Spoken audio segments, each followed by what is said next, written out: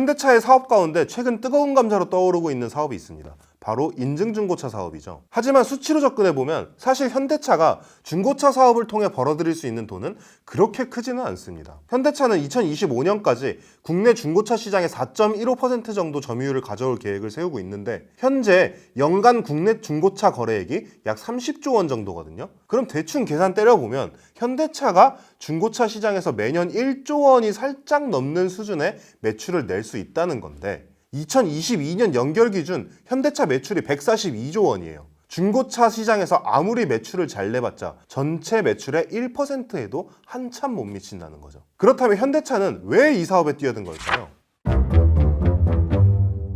일반적으로 주로 나오는 설명은 중고차 가격 방어입니다. 완성차 기업에서 중고차 가격을 방어해야 하는 이유는 여러 가지가 있겠죠. 중고차 가격이 높으면 아무래도 고객들이 기존 차를 매각하고 신차를 뽑는 데 들어가는 비용 부담이 줄어들 수도 있고 또 이 가격 내고 중고차 사느니 그냥 신차 뽑겠다. 이런 사람들도 늘어나겠죠. 일종의 보상 판매 제도를 통해 충성 고객을 확보할 수 있다는 장점도 있습니다. 왜 스마트폰 시장에서 기존에 사용하던 스마트폰을 반납하면 새 스마트폰 가격을 확 낮춰주는 그런 프로모션 많이 하잖아요. 자동차 시장에서도 비슷한 전략을 짜볼 수 있게 될 거예요. 하지만 이런 일반적인 얘기보다 조금 더 멀리 볼 필요도 있습니다. 조금 더 미래지향적으로 살펴보자는 거죠. 그렇게 본다면 두 가지 이유를 추가할 수 있을 것 같습니다. 하나는 제네시스 브랜드의 고급화, 또 하나는 전기차입니다. 먼저 제네시스부터 한번 볼게요. 현대차는 예전부터 현대차와 제네시스를 분리하는 전략을 펼치고 있죠. 하지만 사실 이는 굉장히 엄밀하게 적용되지는 않고 있습니다. 몇몇 제네시스 전용 전시장이 따로 있기는 하지만 일반적으로 현대차 매장에서도 제네시스 살 수 있잖아요.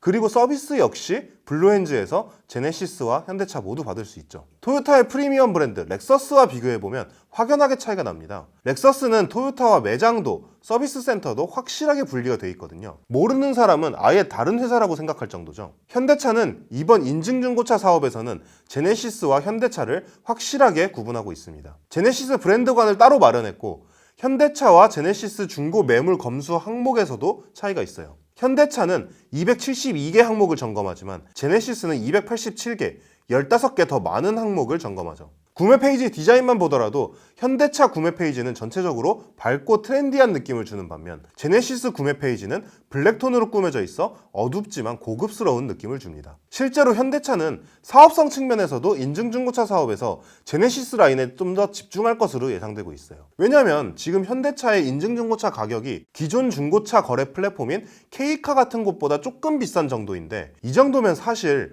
아반떼나 소나타 정도의 라인으로는 인증중고차 사업에서 이익을 남기는 것 자체가 어려울 것으로 보이거든요. 그러니까 사실상 아반떼나 소나타 등은 일종의 구색 맞추기고 실제 서비스는 제네시스 라인에 맞추어 제네시스를 조금 더 고급스러운 브랜드로 재탄생시키기 위한 목적으로 진행될 가능성이 높다는 거죠. 실제로 아까 얘기한 토요타 역시 토요타 차량보다 렉서스 차량의 인증중고차 사업을 훨씬 먼저 시작했거든요. 인증중고차 사업 자체를 고급 브랜드 상징으로 여기는 분위기도 있고요. 두 번째는 전기차 얘기입니다. 현재 현대차는 인증중고차 목록에 전기차를 넣지 않고 있지만 사실 전기차를 넣는 것은 시간 문제라는 예상이 많이 나와요. 전기차 시장은 내연 자동차보다도 훨씬 인증중고차 제도가 필요한 시장이거든요. 중고차의 가장 큰 단점이 뭔가요? 차에 대해 전문가가 아닌 사람들은 저품질의 차를 비싸게 구입할 수도 있다는 거잖아요. 그래서 중고차 시장을 나쁜 매물이 많다는 뜻인 레몬마켓이라고 부르기도 하고요. 전장이 늘어나면서 내연기관차와 비교해서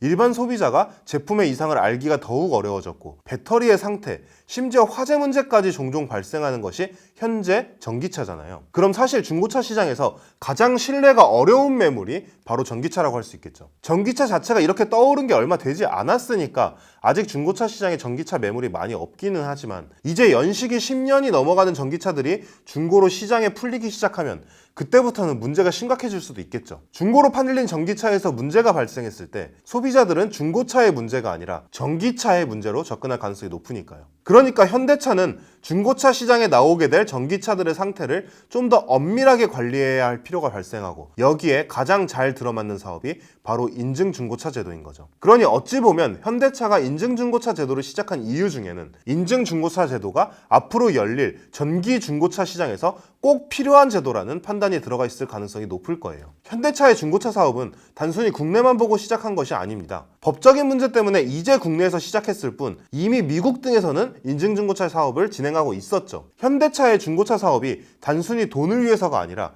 미래 사업을 위한 포석임을 알 수 있는 얘기입니다. 물론 이런 효과를 거두기 위해서는 무엇보다 사람들이 현대차라는 제네시스라는 브랜드를 신뢰하도록 만들어주는 것이 가장 중요하겠죠. 현대차에 대한 신뢰가 부족하다면 굳이 더 비싼 돈을 들여서 인증중고차를 구매할 필요가 없을 테니까요. 과연 현대차의 인증중고차 제도를 통해서 제네시스는 앞으로 렉서스와 어깨를 나란히 하는 고급 브랜드로 자리 잡을 수 있게 될지, 그리고 인증중고차 제도는 앞으로 열릴 전기차 시대에 현대차의 전기차 사업을 물밑에서 보조할 수 있는 서포터가 될 수 있을지 궁금해지네요.